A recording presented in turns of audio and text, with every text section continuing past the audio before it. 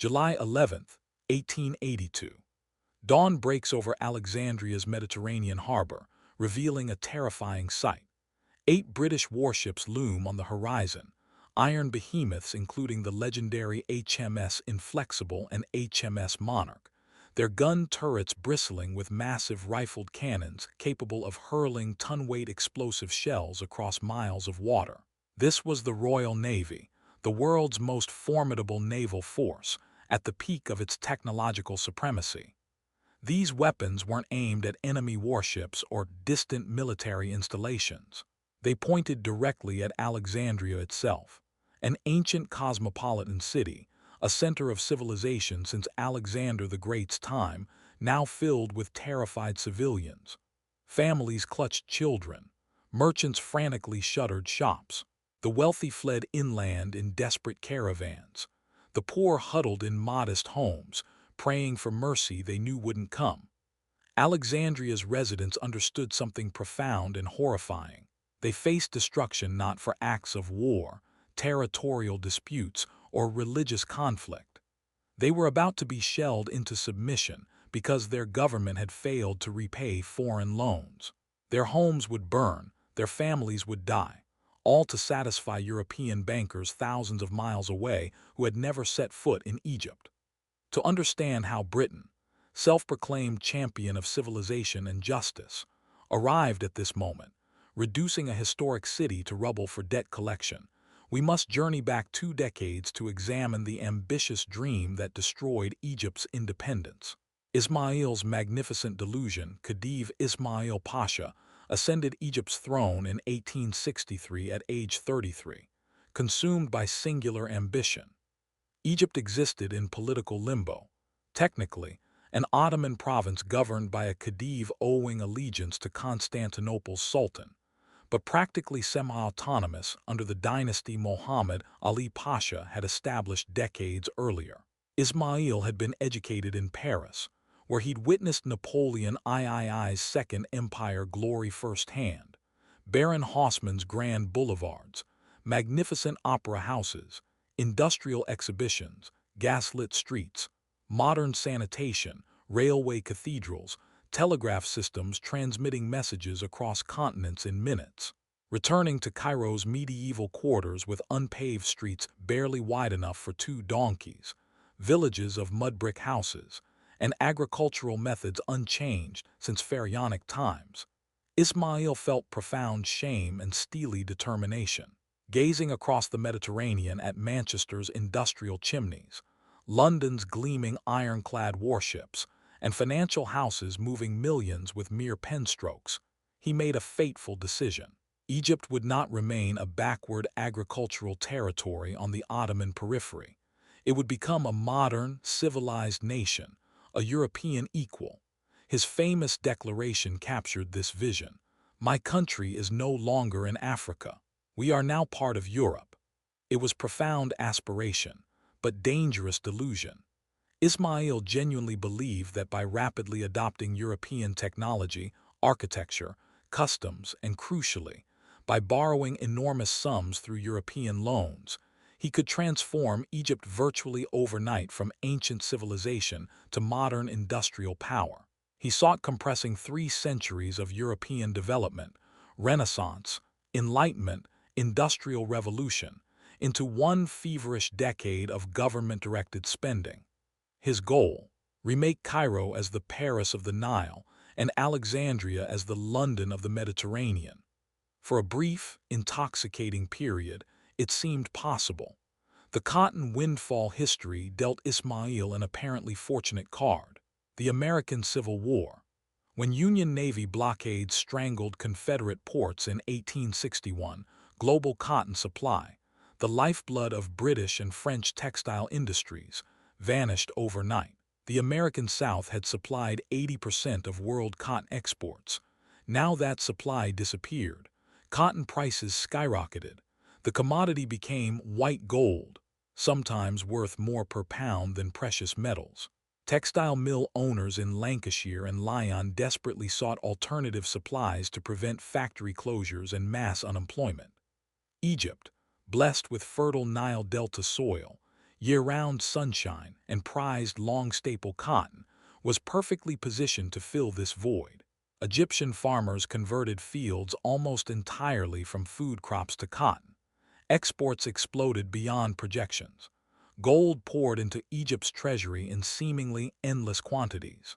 Government revenues doubled, then tripled, creating an illusion of permanent prosperity.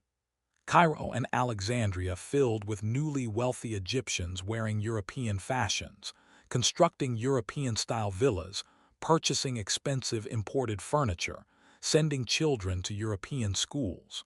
It was a genuine gold rush that seemed to validate Ismail's vision. But this prosperity rested on quicksand, a temporary bubble created by unique market disruption that couldn't last. And Ismail, intoxicated by sudden wealth and convinced it represented permanent transformation rather than temporary windfall, embarked on the most reckless spending program the Middle East had ever witnessed. The spending frenzy Ismail didn't merely build infrastructure. He staged an elaborate theatrical production designed to convince skeptical Europeans that Egypt had transformed from Oriental backwater to modern European state. The spending was breathtaking, bordering on manic obsession. He commissioned magnificent palaces filled with expensive French furniture, Venetian crystal chandeliers, and Belgian carpets. He paved Cairo's main streets with imported European cobblestones and installed gas lighting, making it the first Middle Eastern city with modern illumination. He constructed over 1,000 miles of railway, actually denser than France's own network. He built over 400 bridges, installed thousands of miles of telegraph lines, and created modern communications infrastructure connecting Egyptian cities directly to European capitals. He established schools modeled on French lycées, founded universities, and sent hundreds of students to prestigious European institutions. He created modern postal systems, dredged harbors for steamships, constructed elaborate port facilities, established museums, and built public libraries stocked with European books. It was a breathless attempt to compress entire European Renaissance, Enlightenment, and Industrial Revolution into one decade of borrowed money development. The pace was clearly unsustainable, but Ismail was utterly possessed by his vision, unable to recognize the approaching catastrophe. Yet the centerpiece defining his reign and sealing his fate was the Suez Canal. The canal built with blood. The Suez Canal was fundamentally a French project. French investors provided capital, French engineers designed it, French companies managed construction. But Egypt contributed the massive labor force and substantial capital. Tens of thousands of Egyptian peasants were conscripted through forced labor, excavating the channel through 120 miles of harsh desert using primitive hand tools, working in brutal heat with minimal food and water, under whip-carrying overseers. Modern estimates suggest at least 30,000 Egyptian workers perished during construction, succumbing to exhaustion, heat stroke, epidemic diseases, malnutrition, dehydration, and accidents. Some scholars believe the actual toll was double or triple that figure. The Suez Canal, this celebrated engineering marvel, was literally dug with Egyptian blood. Ismail viewed the canal not merely as a shipping route, but as Egypt's golden ticket to international prestige. If Egypt controlled this strategically vital waterway connecting Mediterranean to Red Sea, Egypt would become indispensable to the British Empire's India connection, to global commerce, to international power itself. November 1869. After a decade of brutal labor, the canal was completed. To celebrate and announce Egypt's arrival as a modern nation, Ismail organized arguably the 19th century's most extravagant celebration, rivaling even European royal coronations. He invited European royalty, Empress Eugenie of France, Emperor Franz Joseph of Austria-Hungary, Crown Prince Friedrich of Prussia, and representatives from virtually every European royal house. He constructed a special road from Cairo to the pyramids, solely so Empress Eugenie's carriage could travel without raising dust. He commissioned Giuseppe Verdi to write Ada. He built a magnificent opera house specifically for European-style performances. Celebrations lasted weeks. Elaborate banquets were served on specially commissioned gold plates. Champagne flowed, thousands of bottles from finest French vineyards. Diamonds and precious gifts were distributed carelessly. Spectacular fireworks illuminated ancient pyramids nightly. Total cost exceeded £1.3 million, an astronomical sum representing a significant fraction of Egypt's entire annual revenue. For several glorious weeks, Egypt was the center of global attention. European newspapers published rapturous accounts. Ismail was celebrated as Ismail the Magnificent, a visionary leader who had transformed his nation. He had achieved his dream. Egypt was being treated as a European equal. But while fireworks exploded and champagne flowed, the economic foundations supporting this magnificent facade were already silently crumbling. The crash and the debt trap. The American Civil War had ended in April 1865, 4 years before the canal's opening. Confederate port blockades were lifted. Southern plantations began recovering. American cotton flowed back onto world markets in increasing quantities. Cotton prices crashed downward with shocking speed. By 1866, international prices had plummeted over 60%. By 1870, they'd returned to normal pre-war levels or lower. The massive revenue stream Ismail relied upon to finance his dreams and repay debts evaporated overnight. Egyptian government revenues, which had temporarily tripled, collapsed back to traditional levels, or lower, because Egypt now imported substantial food since so much agricultural land had converted to cotton production. But spending, construction projects, loan payments, government salaries, court lifestyle, none of it stopped. Ismail couldn't stop. He'd launched dozens of half-completed projects with legally binding contracts. He maintained vast armies of workers expecting regular payment. Stopping would mean publicly admitting failure and losing face before Europe. Instead, Ismail did what desperate governments throughout history have done. He borrowed more desperately from the only available source, European banking houses, which were happy to extend credit to a desperate borrower at a price. London and Paris bankers, prestigious houses like Rothschild's, Oppenheim's, and Baring Brothers, recognized Ismail's mounting desperation. They understood the cotton boom had ended permanently. They knew Egypt's revenues had collapsed. They knew Ismail desperately needed cash. And they saw not a humanitarian crisis but a golden profit opportunity. They offered loans exclusively on predatory terms carefully engineered to maximize banker profits while virtually guaranteeing Egyptian default. The mechanism was insidious. Bankers would nominally issue a loan with face value of, say, £10 million. However, they'd set the issue price at only 70%. Egypt would actually receive only £7 million in usable cash. The remaining £3 million was immediately deducted as various fees and commissions, going directly into banker pockets. But Egypt remained legally obligated to repay the full £10 million nominal amount, plus interest calculated on that full inflated principal. The stated interest rate might be 7 or 8%, which sounded reasonable. But because Egypt only received 70% while paying interest on 100%, the effective real interest rate was approximately 11 to 13% or higher. Rates that would be considered usurious even by that era's relaxed standards. Additionally, many loans were secured against specific Egyptian revenue streams, customs duties, tobacco taxes, salt monopolies. Before the Egyptian government could allocate even a single pound to schools, hospitals, roads, or military, those revenues had to flow automatically to European creditors, completely bypassing Egyptian control. Ismail, desperate and without alternatives, signed these agreements repeatedly. He borrowed in 1862, 1864, 1866, 1867, 1868, and most catastrophically in 1873. The infamous 1873 loan was structured as a massive consolidation, supposedly designed to rationalize Egypt's chaotic finances.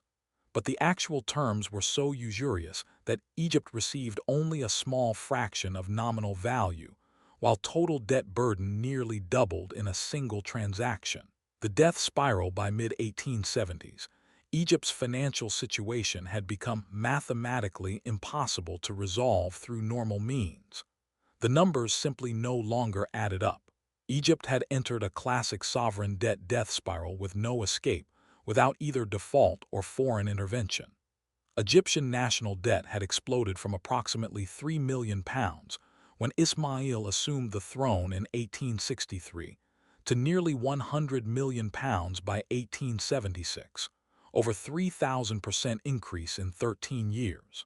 Even more critical, annual debt service had become absolutely crushing. By 1876, Egypt was spending approximately £5 million annually merely on interest payments, without reducing principal by a single pound. Meanwhile, total Egyptian government revenue from all sources was only approximately £10 million annually. This meant roughly 50%, fully half of every pound of government revenue, flowed immediately to European creditors before the Egyptian government could allocate anything to actual governance, public services, or national defense.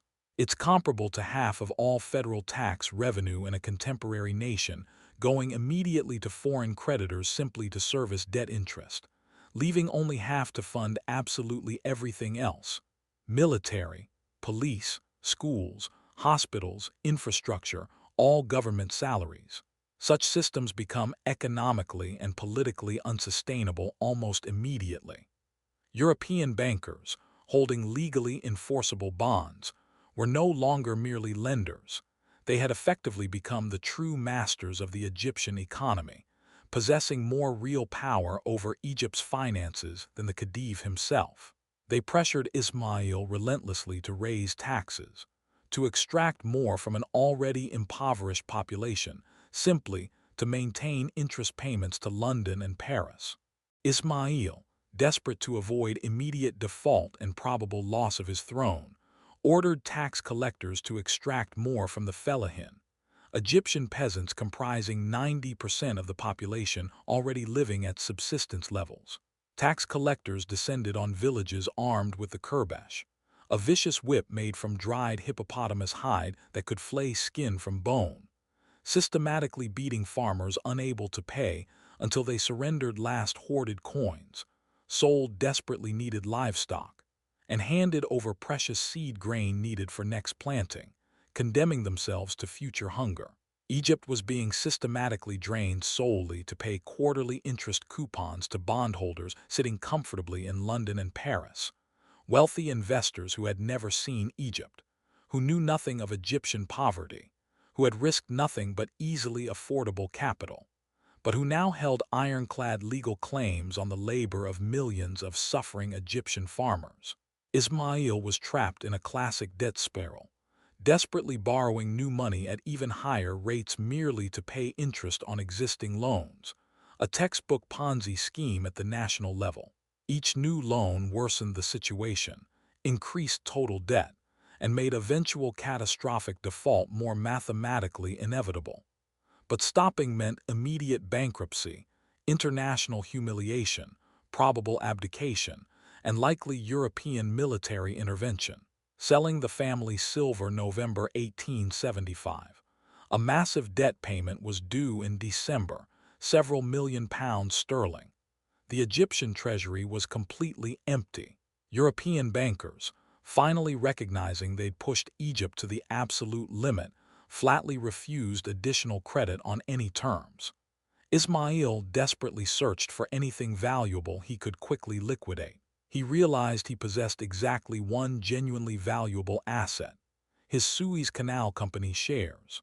When the canal company formed, Egypt had been allocated 44% of total shares, 177,642 shares, as compensation for providing land, labor force, and some capital.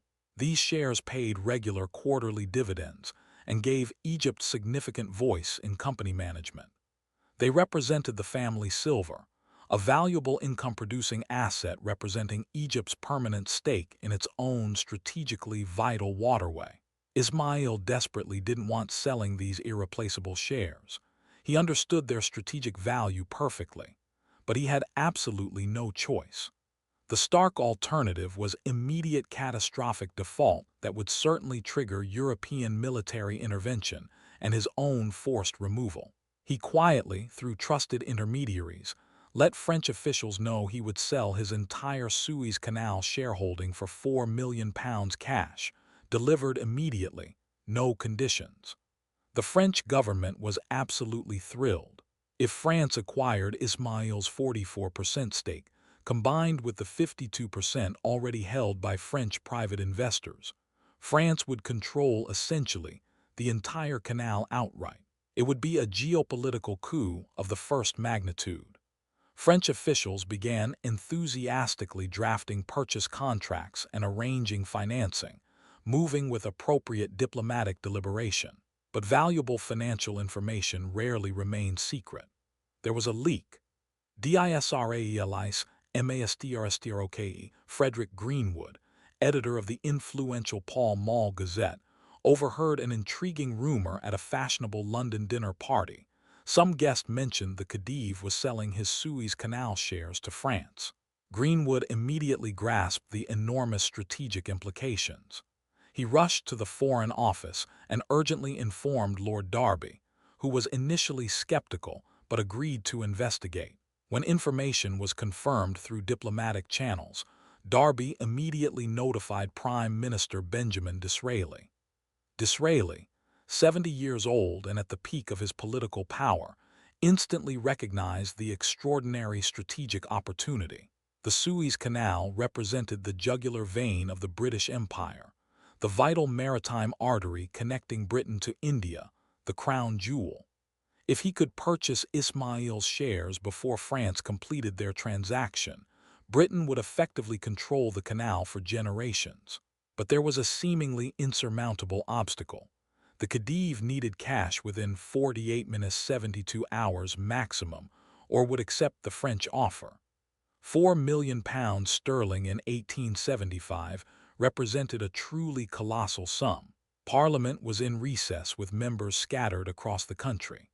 Under British constitutional law, the government couldn't legally spend even a penny of public money without explicit prior parliamentary authorization.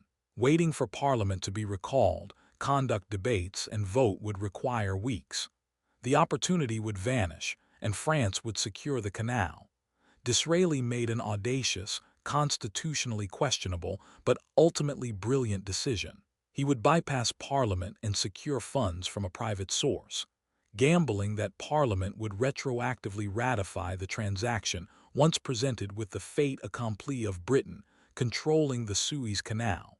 He immediately dispatched his private secretary, Montagu Corey, on a legendary midnight mission to Lionel de Rothschild, head of the London branch of the Rothschild banking dynasty, unquestionably the world's most powerful financial institution. The meeting has become one of financial history's most famous anecdotes. Baron Rothschild was calmly eating muscatel grapes when Corey arrived breathless with Disraeli's request. Corey explained that the Prime Minister required £4 million immediately, preferably by the following day. Rothschild paused and asked only two brief questions. What security? And when do you require delivery? Corey replied exactly as instructed. The British government itself is the security, and we require the funds tomorrow. Rothschild selected another grape, ate it thoughtfully, expelled the seeds, and then stated simply, "You shall have it." The entire transaction was agreed in that single exchange. No lawyers were summoned. No extensive negotiations occurred. No board meetings were convened. Simply a gentleman's agreement between two powerful men. A handshake deal backed by mutual trust and confidence that Parliament would eventually approve the transaction. Within 24 hours, the Rothschilds had assembled £4 million in gold bullion and securities and arranged for immediate transfer to Cairo. The Khedive received the desperately needed funds, paid his most urgent debts, and sold his canal shares to Britain. When news became public, the British press erupted with patriotic enthusiasm. Disraeli was hailed as a strategic genius. Britain now owned 44% of the Suez Canal Company. The vital route to India appeared permanently secured, or so it seemed. The fatal irony, but here lies the cruel irony. The £4 million solved absolutely nothing for Egypt's underlying crisis. For a country staggering under nearly £100 million in debts, it was merely a temporary bandage, buying a few months at most. The money vanished almost instantly, consumed within weeks by interest payments, disappearing into the bottomless pit of debt service. Within 6 months, Ismail was completely bankrupt again, facing precisely the same catastrophic collapse. But now everything had fundamentally changed. Before the share purchase, Britain had been merely a frustrated observer. Now Britain owned 44% of the Suez Canal, the empire's jugular vein. Britain possessed a massive, direct, vitally important financial interest in Egypt's stability. The canal's security and uninterrupted operation depended entirely on Egyptian governmental order. Britain could no longer afford remaining passively on the sidelines watching Egypt descend into chaos or fall under exclusive French control. When Ismail publicly announced in early 1876 his complete inability to meet debt payments, the British and French governments jointly and decisively intervened, marking the beginning of the end of meaningful Egyptian sovereignty. Dual control and nationalist uprising Britain and France dispatched a joint financial commission to Cairo. The infamous Caisse de la Dette Publique, Public Debt Commission. European financial experts systematically examined Egyptian government accounts, and they were genuinely appalled by what they discovered. The corruption, waste, mismanagement, and overwhelming debt magnitude were staggering. The European powers reached a definitive conclusion. Ismail was financially incompetent and completely untrustworthy. He absolutely could not be permitted to continue managing Egypt's finances without direct European supervision. They imposed dual control, a profoundly humiliating arrangement. A senior British official was placed in direct charge of all Egyptian revenue collection. A French official of equivalent rank assumed direct charge of all government expenditure. Working together, these two European officials effectively commandeered Egypt's entire financial apparatus. Every spending decision, no matter how minor, required their explicit approval. Their sole overriding priority was crystal clear: ensure debt payments to European creditors continued flowing without interruption, regardless of consequences for Egyptians. They slashed government spending ruthlessly and with absolute indifference to Egyptian welfare. Education budgets were gutted. Health spending was drastically cut. Thousands of government workers were dismissed. Military salaries were reduced. They raised taxes on already impoverished peasants to brutal levels. They systematically restructured the entire Egyptian economy around one singular goal: cultivating cotton for export to earn hard currency for debt payments, completely subordinating all other economic activities to this overriding priority. Debt payments to European bondholders were met punctually every quarter without fail. Interest coupons were paid on time, but Egypt itself ceased functioning as a sovereign nation. It had become, in everything but official name, a cotton plantation operated for Lancashire textile mills and a toll collection point for the Suez Canal, administered by European bureaucrats serving exclusively European creditor interests. Egyptian citizens from all walks of life, army officers, civil servants, students, merchants, peasants, observed this with mounting fury and profound humiliation.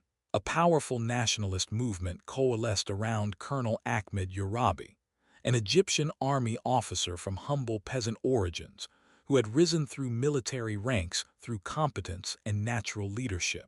Urabi was neither a religious fundamentalist nor a xenophobe. He was fundamentally a modernist who genuinely admired European technology and constitutional governance. But he was absolutely and fiercely opposed to foreign financial control of Egypt and systematic exploitation, solely to service debts incurred by an irresponsible ruler pursuing grandiose vanity projects.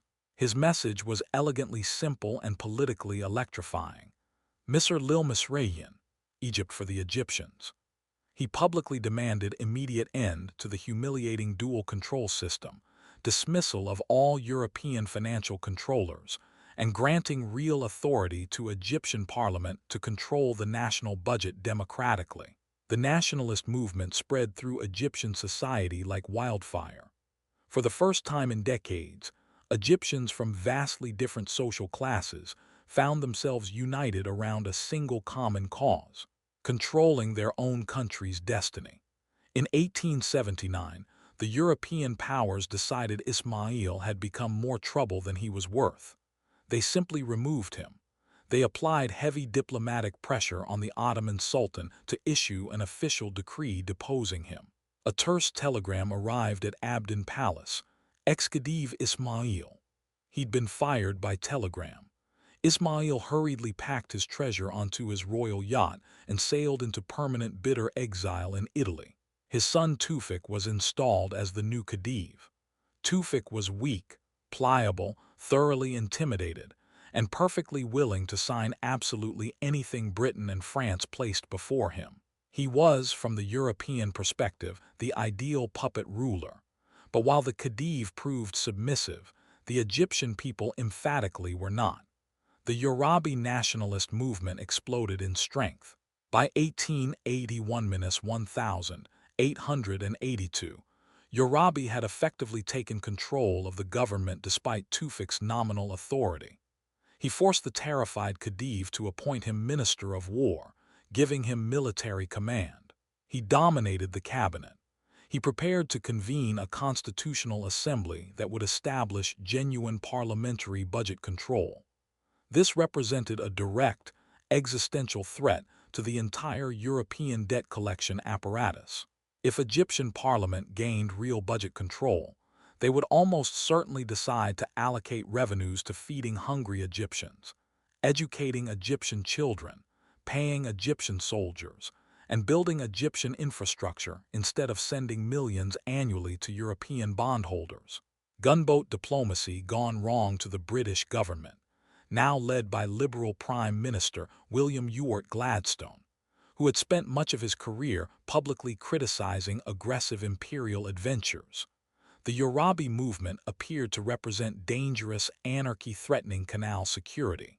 The influential British press launched a sustained propaganda campaign systematically demonizing Yoruba. Newspapers portrayed him as a dangerous military dictator, an Islamic religious fanatic threatening Christians, and an irrational radical who would destroy the canal. Britain and France decided to attempt intimidating the nationalists through classic gunboat diplomacy. They dispatched their powerful Mediterranean fleets to anchor menacingly in Alexandria harbor, guns conspicuously pointed at the city, a blatant threat impossible to misinterpret. But this time, contrary to all European expectations, the tactic catastrophically backfired. The presence of foreign warships openly pointing guns at Alexandria absolutely enraged the Egyptian population rather than intimidating them. It was seen as humiliating demonstration of European contempt for Egyptian dignity. June 11, 1882. Serious riots erupted throughout Alexandria. In the chaos, approximately 50 European civilians were killed and many more injured. The riots were brutal but primarily spontaneous expressions of accumulated rage, rather than coordinated military assault planned by Yoruba's government. Admiral Sir Beauchamp Seymour actively sought justification to employ military force.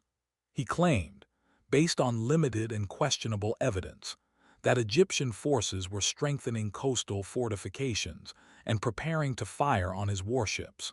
He issued a formal ultimatum: immediately cease fortification work or face naval bombardment. Yoruba faced an absolutely impossible choice: If he backed down and complied, he'd be utterly humiliated before nationalist supporters, completely lose political credibility, and effectively surrender Egyptian sovereignty. But if he refused, he'd provide Britain precisely the pretext they clearly wanted to launch devastating military attack. After agonized deliberation, Yorabi refused to comply. He publicly declared he would not surrender Egyptian sovereignty to foreign threats, regardless of consequences. The British ultimatum expired at dawn on July 11, 1882. 10 hours of hell. Admiral Seymour gave the signal to commence bombardment at precisely 7 a.m. The massive rifled guns of HMS Inflexible, at that time the most powerful warship in existence, mounting guns capable of firing 16 zero-pound explosive shells, opened fire with thunderous roars that shook the entire city. The naval bombardment continued relentlessly for 10 hours of sustained shelling. 8 British ironclad warships poured literally thousands of high-explosive shells onto Egyptian coastal positions, and, inevitably, onto the densely populated city itself, making no serious attempt to distinguish military from civilian targets. Egyptian coastal fortifications, originally constructed in the 18th century and armed with obsolete smoothbore cannons, were systematically pulverized. Egyptian artillery crews fought with desperate bravery but utterly hopeless futility. Their return fire either bounced harmlessly off thick British iron armor or fell far short, having no effect whatsoever. Shells struck throughout the city center, far from any legitimate military targets. Fires erupted rapidly in densely packed neighborhoods of closely spaced wooden buildings. The fires spread with terrifying speed, fanned by strong Mediterranean winds. By afternoon, entire residential and commercial districts were engulfed in massive conflagrations. Egyptian fire brigades made desperate attempts to fight the spreading flames, but continuing British shelling made effective firefighting impossible, forcing firefighters to abandon efforts and flee. By nightfall, when British guns finally fell silent, significant portions of Alexandria, the ancient pearl of the Mediterranean, a center of learning and commerce since Alexander the Great's time, lay in smoking ruins. Hundreds of Egyptian civilians were dead, their bodies lying in rubble-strewn streets. Thousands more were wounded, burned, or homeless. The elegant European-style waterfront with its fashionable cafes and commercial buildings was utterly devastated. But the bombardment didn't end the conflict. It was merely the violent beginning of a much longer tragedy. Thank you for watching. If you want to understand how economies rise and fall, how wealth is created and destroyed, and what history's greatest cautionary tales teach us about our own time, make sure to subscribe. These patterns repeat, and understanding them might be the most valuable knowledge you can possess. We'll see you in the next one.